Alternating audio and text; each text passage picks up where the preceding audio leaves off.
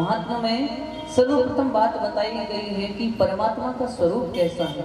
परमात्मा का स्वरूप कैसा है, परमात्मा दिखते कैसे हैं, स्वरूप क्या है भगवान का।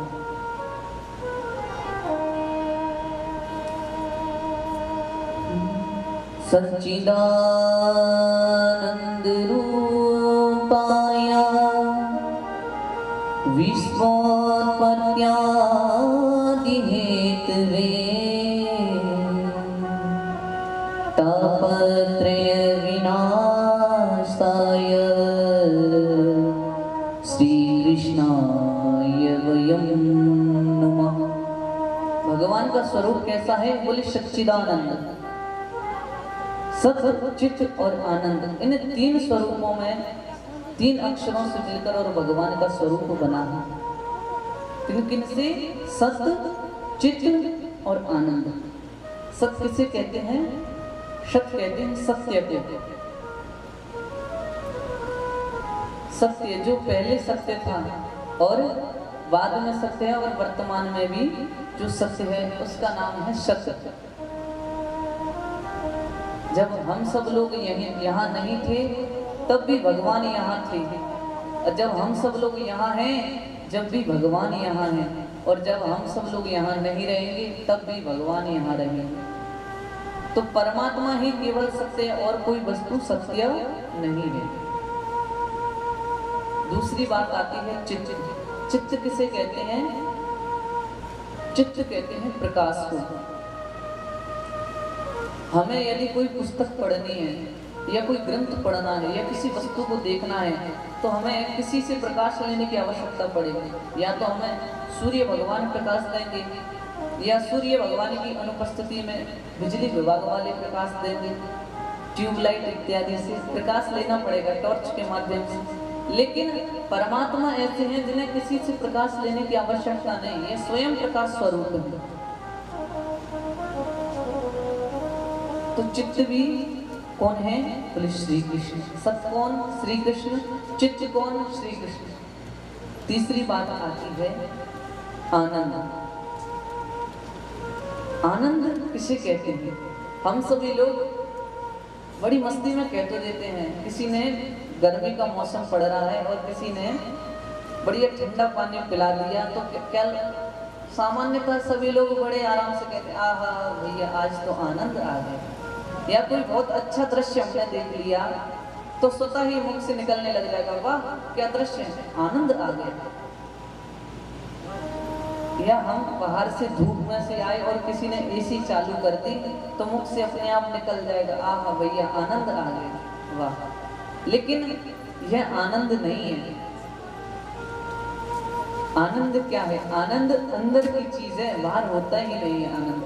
यह जो हम लोग महसूस कर रहे हैं यह तो क्या है? सुख है, क्षणिक सुख है, कुछ पल के लिए। जो एसी आपको गर्मियों में अच्छी लग रही है, इसी एसी को यदि सर्दियों में चालू कर दिया जाए तो यही सुख आपके लिए दुख के रूप में परिवर्तित हो जाएगा। आनंद किसे कहते हैं? आनंद अंदर की चीज है, बाहर होता ही नहीं है।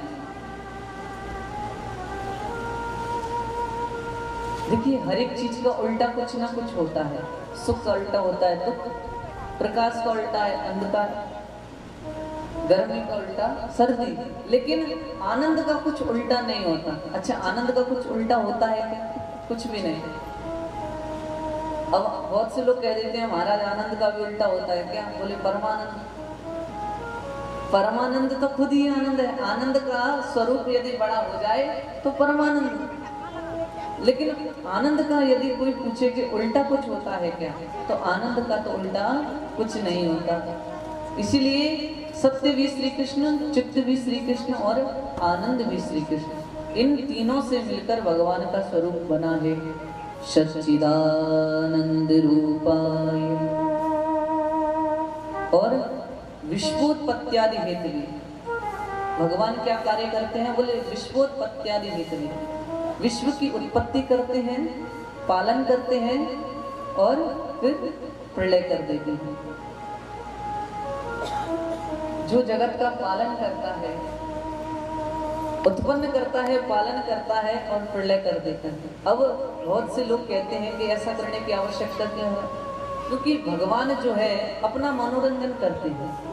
भगवान क्या करते हैं, जैसे एक छोटा बालक होता है, वह मिट्टी का एक पहले तो सुंदर सा घर बनाता है। रेत होती है ना, बचपन में लगभग सभी ने यह कार्य किया होगा। रेत जब आती है तो उसमें छोटा सा घर बना लेते हैं। जब तक मन लगा, जब तक तो उस मिट्टी के खिलौने से खेला और उसके बाद उसको तोड़ के फेंक दिया। यानी उसका पहले तो उत्पत्ति की, मिट्टी का खिलौना बनाया और उसके बाद उससे खेला, यानी पालन किया, और उसके बाद जब जरूरत पूरी हो गई तो तोड़ दिया। विश्वोत्पत्त्यादि हेतवे तापत्रय विनाशाय श्री कृष्णाय वयं नमः। तीनों प्रकार के जो ताप हैं इनको भगवान नष्ट करने में सामर्थ्य है। 3 प्रकार के ताप कौन से हैं? दैहिक, दैविक और भौतिक। ये 3 ताप, इन 3 ताप को नष्ट करने की सामर्थ्य केवल भगवान में है और किसी में नहीं। रामचरितमानस में इसका वर्णन मिलता है।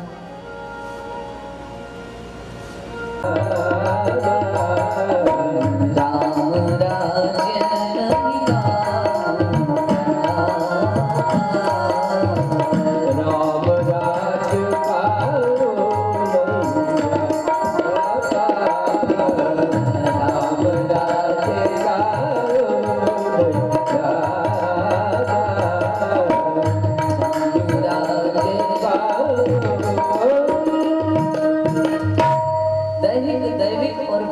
इन तीनों प्रकार के तापों को नष्ट करने में जिनमें सामर्थ्य है, ऐसे श्री कृष्ण भगवान को हम प्रणाम करते हैं। यह इस श्लोक का अर्थ है। बोलिए वृंदावन बिहारी लाल।